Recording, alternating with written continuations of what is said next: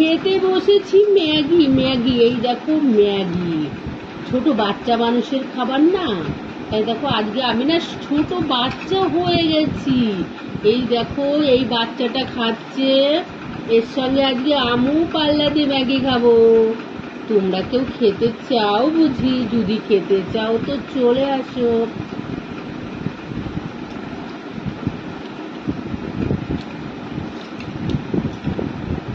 খেতে খাবে চলে এসো, অনেকটাই আছে দেখো, সবাইকে দিয়ে খেতে পারবো। যে যে খাবে চলে এসো।